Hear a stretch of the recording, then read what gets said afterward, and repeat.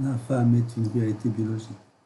C'est marrant comme ils font tout un foin avec cette histoire, alors que nous avons résolu le problème depuis longtemps. Dans notre livre, entre parenthèses, le conflit, il est généré par le fait que certains disent une chose, d'autres disent une autre chose, et ils ne s'entendent pas. Et la raison est qu'ils ne sont pas raccords sur la conceptualisation de ce qu'ils disent et de pourquoi ils le pensent. Que les femmes ne sont pas des femmes. Et la question, femme être femme, est ce qu'on appelle communément euh, de l'imbécilité, du mongolisme, je sais pas. Là, c'était pour dire qu'on avait déjà 4 articles sur ce sujet mineur et sans aucun intérêt, mais ça continue à pavoiser parce que ah j'avais raison, c'est moi le plus fort, nanana, etc. Pour le dire simplement et clairement, il y a deux choses très distinctes. C'est la réalité physique et mesurable, constatable et objectivement admissible par tous comme étant telle qu'elle est. Et d'autre part, il y a la réalité psychologique, le jugement, l'impression, etc. La construction psychologique. Et dans la construction psychologique, on peut imaginer tout ce qu'on veut. Je suis un serpent, je suis un dragon, je suis une forêt, je suis un schtroumpf. J'ai le droit d'être un schtroumpf. Mais je ne vais pas aller demander à la loi de mettre sur ma carte d'identité que je suis un schtroumpf. Parce qu'ils ne vont pas pouvoir le reconnaître. Ils disent, mais je vois pas le. Je trouve que c'est peut-être pas la bonne personne, je ne sais pas. Donc la réalité physique est constatable, elle est unique. Et la réalité mentale, elle est multiple. On peut être tout ce qu'on veut, mais on va pas et on ne va jamais aller investir la réalité physique de notre jugement. Ça, c'est de la psychopathologie. Mais le problème, c'est que tout le monde fait ça tout le temps, surtout. C'est ça le problème. Ils n'arrêtent pas de définir et de décrire la réalité d'après les impressions et les jugements qu'ils en ont. Et ils disent ceci est mal. Non, ceci est physiquement un objet qui tient sur son pied et qui pèse tant et qui mesure tant et qui sert à ça. C'est pas une pensée, c'est un objet. Le genre est indépendant de la volonté des gens. C'est le genre, la nature qui a décidé. Bon, c'est le hasard. Et la signification qu'on lui prête, est-ce que c'est bien ou est-ce que c'est mal, est-ce que c'est mieux, c'est moins bien, c'est pas ce qu'il faut, je suis pas content. Euh, la nature n'en a que faire en tout cas. Parce que c'est comme ça et c'est fait déjà. Bah, tu peux revenir sur ce qui est fait pour demander, invoquer les dieux de réparer ce problème pour la prochaine fois peut-être. Mais c'est tout quoi. Très intéressant, c'est des questions qu'on se pose immédiatement, qui nous traversent l'esprit, qui sont on nous croit des héros, mais la lune nous a brisés. Oh,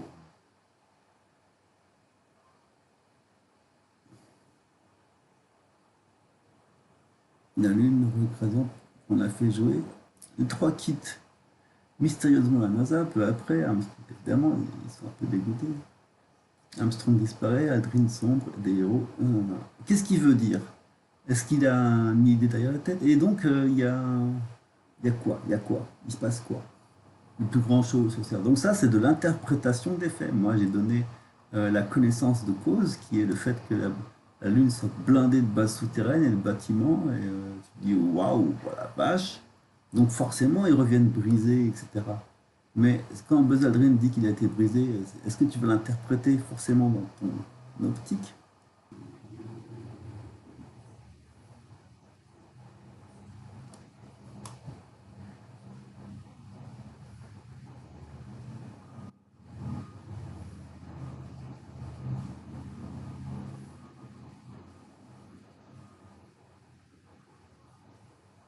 Non, mais ils sont pas là pour faire les clowns et faire rire la galerie aussi. C'est des militaires, ils sont sérieux, ils exécutent des missions et ils ont des objectifs clairs et ils sont concentrés. C'est pas oh là là là là. Bon, c'est pas grave. Hein. Il y a plein de gens qui trouvent pas de boulot parce qu'ils sont pas assez animateurs télé dans leur genre et ils savent pas faire un spectacle avec leur travail pour dire hey, c'est super, c'est génial, t'as vu, il y a ça qui clignote. Ah ouais, c'est cool. Et là, c'est cool, voilà, on embauche. Par contre, quelqu'un qui fait ouais, bah, je fais la mécanique, ça marche ou ça marche pas, je répare, bah, il n'est pas intéressant, lui. Ah, la vache. Bref, bon, ce truc n'était pas super intéressant. Ça sert à quoi de dire ça? Franchement, ça sert à quoi? À quel moment Buzz Aldrin s'était exprimé?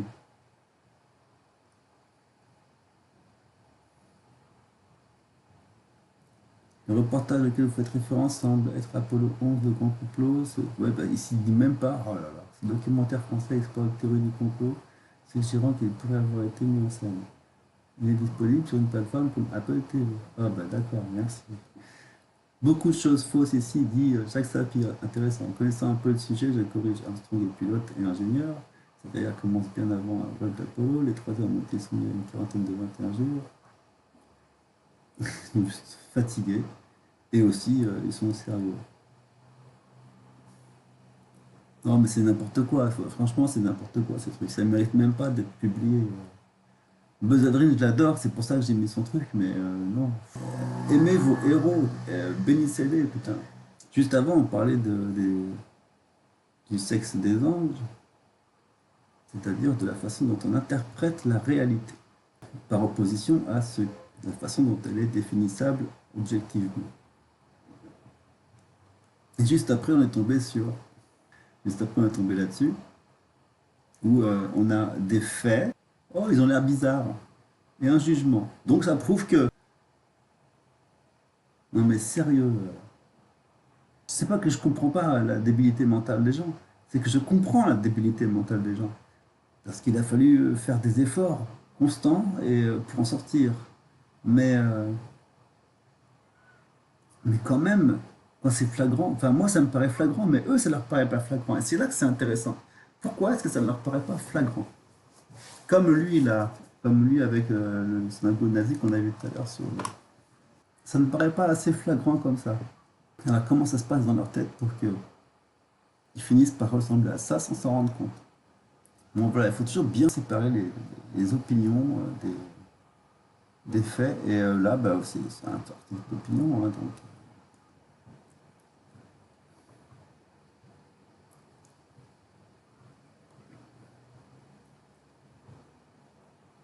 80 ans. Et il y a 80 ans. Oh, Jacques Sapir.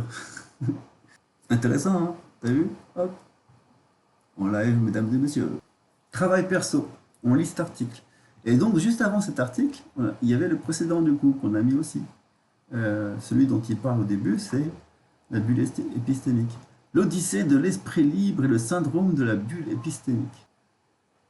Avant de venir à l'article précédent, ça parle de la persuasion, la conviction. Et donc, ce sont des sujets qui sont directement reliés quand même à 27 c'est-à-dire, c'est l'heure de notre pub pour notre livre, Logiciel mental, démon, déni et discernement. Les convictions, ça, il y a un sujet sur les convictions. Il y a un sujet sur tout de toute façon. Et on n'a fait que d'effleurer les sujets. Hein. Là, je crois qu'il explique que c'est pas la peine d'essayer de les réveiller, c'est ça? Alors, comment réveiller ceux qu'on aime et qui faisaient partie des proches ou même de la famille sans risquer de les perdre encore plus? Là, il faut rien faire, il faut rien dire, il faut rien faire. Ils sont très bien là où ils sont. Comment réinstaurer le dialogue sans être taxé de fou, de complotiste ou d'illuminé? Mais c'est pas grave d'être taxé de. C'est bien que ça les fasse rire.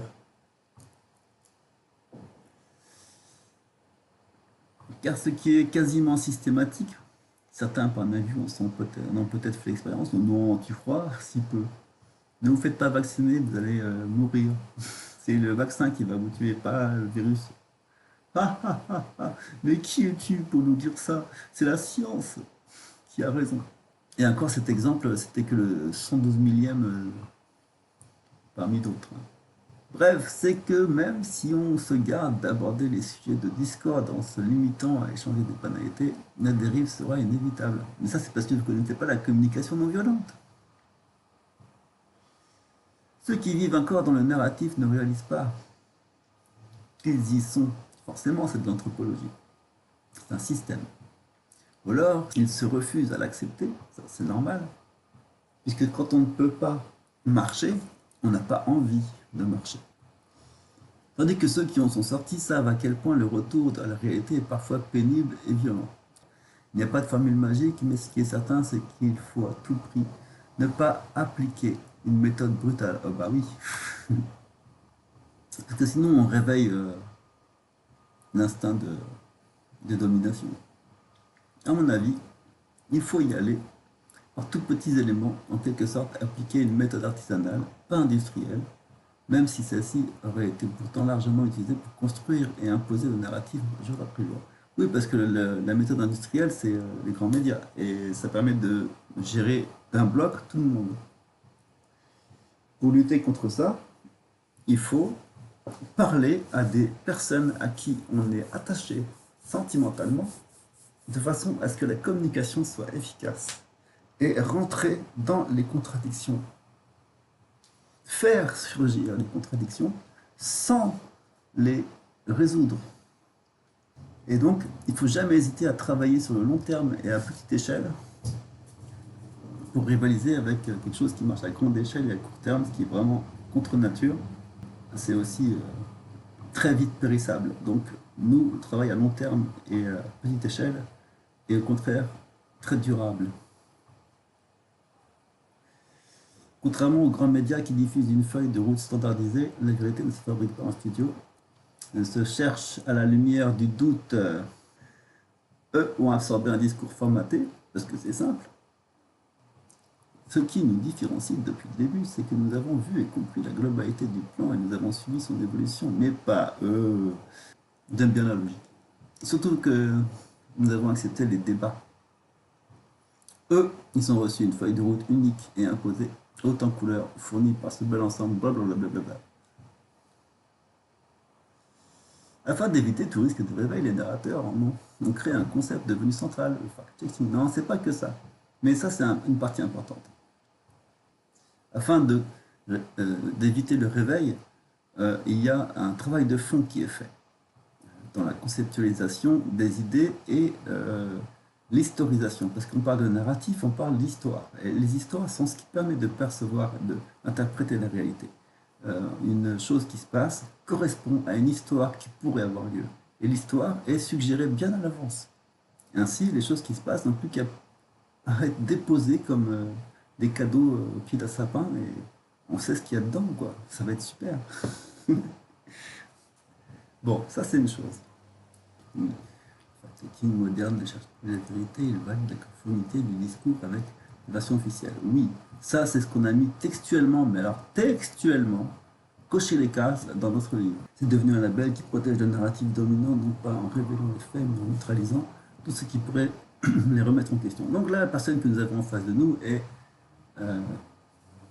a bien élagué ses idées pour les rendre conceptuellement indubitables. Donc c'est un très bon travail de fond, et ceci est une synthèse d'une longue réflexion. Ça se voit. Si on veut les aider, et surtout, il ne faut pas leur montrer l'image complète de la réalité, car c'est trop brutal, leur cerveau formaté, prêt à penser, va se raccrocher encore plus au narratif. Cela s'appelle le déni. Oh mon Dieu. Il faut débuter par une pièce, une seule, un fait, un détail. Il faut un défaut incontestable dans la matrice qui n'en manque pas, c'est sûr. Une déclaration loufoque et contradictoire d'un ministre. Voilà. Un scandale réel, enterré par un fact-checker. Voilà. Qui est la caverne de Platon, nanana. Narratif, ce discours, je saute, dominant, où les mots ont été redéfinis. Ça, si, c'est très important, les mots ont été redéfinis. L'odyssée de l'esprit libre et le syndrome de la bulle épistémique.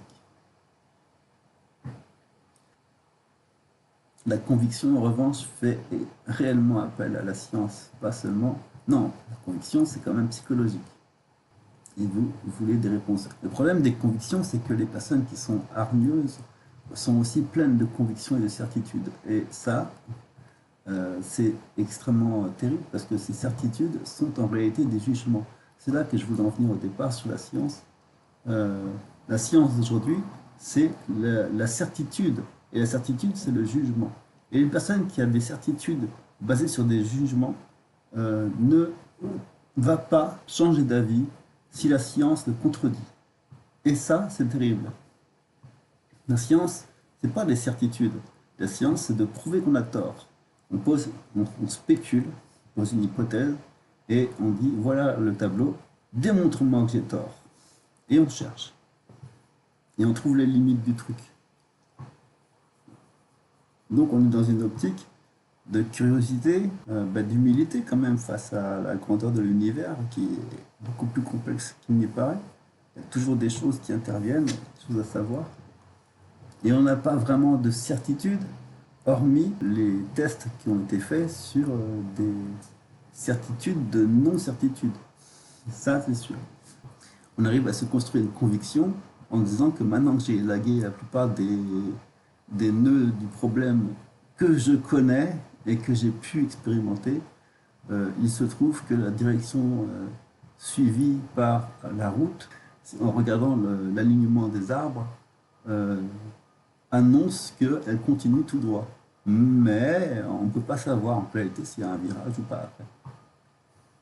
Ça veut dire qu'on a une conviction relative sur la direction à suivre, grosso modo. Ne vous contentez pas de ce que l'on vous montre, ce qu'il y a sur scène. Vous allez dans les coulisses, vous partez de certains. D'accord, c'est toujours allégorique. N'oubliez jamais que votre cerveau évolue, comme vos muscles. Quand vous renoncez à vous en servir, vous contentez de l'information que vous mâchez, il s'atrophie jour après jour. Tiens, j'ai vu ça il n'y a pas longtemps dans un autre article. Et vous vous enfermez dans une bulle épistémique. Et en fait, il y a un autre terme pour ça que nous avons abordé dans le livre. Et ne croyez pas que la lecture des magazines considérés comme intelligents, oui, s'ils sont considérés comme représentation, d'accord, évidemment, évite de donner des conseils quand même. La bulle épistémique, c'est ce petit univers confortable que trop de gens sont construits, surtout depuis 2020, cette bulle dans laquelle les informations qui s'introduisent sont soigneusement triées pour qu'elles ne fassent que renforcer ce que vous croyez déjà. Exact. Je prends le livre. Dans ce chapitre Jugement et certitude, nous définissons les certitudes comme des observations placides de la réalité sans aucun biais cognitif. Ceci est rouge, ceci est ici, etc. Ce sont des faits. Dans le langage courant, le terme certitude est une étiquette pour dire que la personne croit que c'est une certitude, qu'elle est convaincue, alors que ce n'est qu'un jugement. Toute la difficulté est de discerner les deux. Mais pour nous, un jugement qui est considéré comme une certitude sera nommé une conviction. Ici, on effleure la sphère sociologique, car après tout, la psychologie existe à l'intérieur et par rapport à la société. Et de plus, nous allons faire une première approche de ce qu'est un démon, du moins une chose qui fait du mal, à savoir une conviction. Elle a toutes les caractéristiques de ce démon. La viralité des convictions, c'est comme nous l'avons vaguement dit, il ne suffit pas d'avoir raison et de dire ce qui est juste pour que notre propos soit mémorisé. Au contraire, ce qui est juste fait du bien, soigne et résout les problèmes, clôt les débats. Les convictions, tant qu'elles sont porteuses de solutions trop complexes à obtenir, subsistent mieux en mémoire. Dans l'ancien temps, où il n'y avait pas Internet, elles avaient du mal à circuler parce que entre le moment où on donne la conviction et le moment où on la reporte à quelqu'un d'autre, on a le temps de faire que le sens critique permette de valider ou de contrarier cette conviction. Mais sur Internet, c'est plus le cas. Nous vivons à une époque folle où la segmentation, la polarisation, la restructuration complète de la société se fait à cause de ça. Les convictions sont retransmises directement. La ségrégation sociale. En premier lieu, il faut comprendre qu'il est inconfortable pour n'importe qui de se retrouver en situation de minorité, que l'entourage stigmatise, embarrasse et énerve cette personne. Elle aura tendance à s'entourer d'une filter bubble. Alors voilà comment ça s'appelle. Une filter bubble. Donc nous on l'avait en anglais. Et lui il appelle ça une bulle épistémique. Une bulle de réalité à l'intérieur de laquelle elle se sentira pas minoritaire. C'est ce que font les algorithmes de réseaux sociaux lorsqu'ils se servent de contenu des autres pour vous y faire passer plus de temps. En ceci, ils ne font rien d'autre que de répondre à la demande qui résulte des comportements. Pour éviter cela, il faudrait que chacun contribue à faire que l'expérience de la minorité soit la plus agréable possible et aussi s'abstenir de donner raison à la majorité, seulement parce qu'elle est la majorité. Dans un sens, c'est ce qu'essaye la discrimination positive, sauf qu'elle s'y prend mal, car il ne suffit pas de mettre une minorité au milieu d'une majorité pour changer les comportements. Le chemin vers la gloire des idées noires. Une conviction qui subsiste à l'esprit critique de ses hôtes est toujours virale. Toute interaction sur Internet, mettre un like, partager, laisser un commentaire, constitue une réaction. Pour qu'une conviction soit virale, il faut que la réaction soit elle-même une autre conviction opposée. Un raisonnement opposé, étayé, argumenté, fondé sur des théories axiomatiques, ne permettra de ne se faire entendre que d'une poignée d'irréductibles. Seule une transmission virale, peu puissante que la première, peut la vaincre. Et dans ce cas, il faut monter d'un cran dans la violence. On ne mémorise bien que ce qui s'attache à ce qui est déjà mémorisé. Alors, il faut réagir sur les émotions, provoquer la fascination, l'anxiété, la condescendance et faire réagir encore plus. L'étape suivante est de monter encore d'un cran en persuadant que toute alternative à ce qui est proposé ne mérite rien d'autre que la moquerie. Ça, c'est ce que font les trolls. Et c'est comme ça qu'ils imposent des convictions, qu'elles s'imposent elles-mêmes. Il s'agit d'exagérer les réactions antagonistes pour les ridiculiser, les juger inadmissibles. Pour cela, il faut abuser des connotations et des références symboliques. C'est pour ça que j'aime pas quand lui, l'auteur, là-bas, il fait des références symboliques. Ça sert à convaincre. C'est un mécanisme psychologique instinctif, mais il faut lutter contre ça. Sur Internet, qui est un monde médiatique, une bulle hors de la réalité, un médiavers, le but d'une conviction n'est pas d'avoir raison et de gagner les cœurs, mais de provoquer encore plus de réactions. Le but premier a été abandonné. La finalité sera de diviser pour régner. Cela marcherait bien en théorie si les humains n'étaient pas polymorphes et instables, et si l'esprit critique ne finissait pas, par le truchement de l'intelligence collective, par faire son travail de guérison. Parce que c'est ce qui va se passer au final. Pour pallier à cela, ah oui, mais c'est une guerre de l'information, la guerre, c'est une guerre cognitive. Les convictions deviennent flexibles, possibles à adapter, polyformes et polymorphes.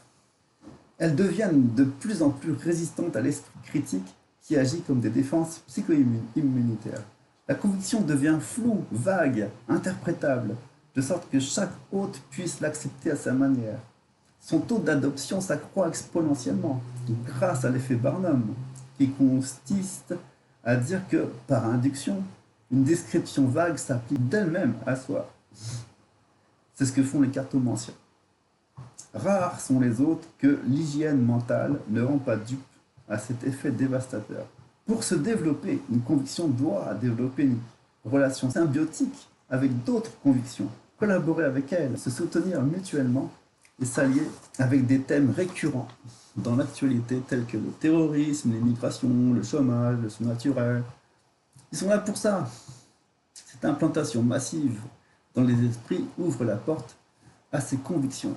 Enfin, arrive le moment de clouer le cercueil des esclaves en leur proposant un némésis, un rival, un ennemi juré. Il s'agit de travailler en symbiose avec cette conviction contraire pour donner l'impression que tout le monde est dans l'obligation de prendre position pour l'une ou l'autre. Soit vous êtes avec nous, soit vous êtes contre nous. À chaque fois que le rival gagne en popularité, les autres réagissent de toute leur force. C'est le moment d'allumer l'étincelle de la haine. Quand il s'agit de stigmatiser, caricaturer, décrédibiliser, déshumaniser l'ennemi, les gens doivent le trouver stupide, débile et dangereux.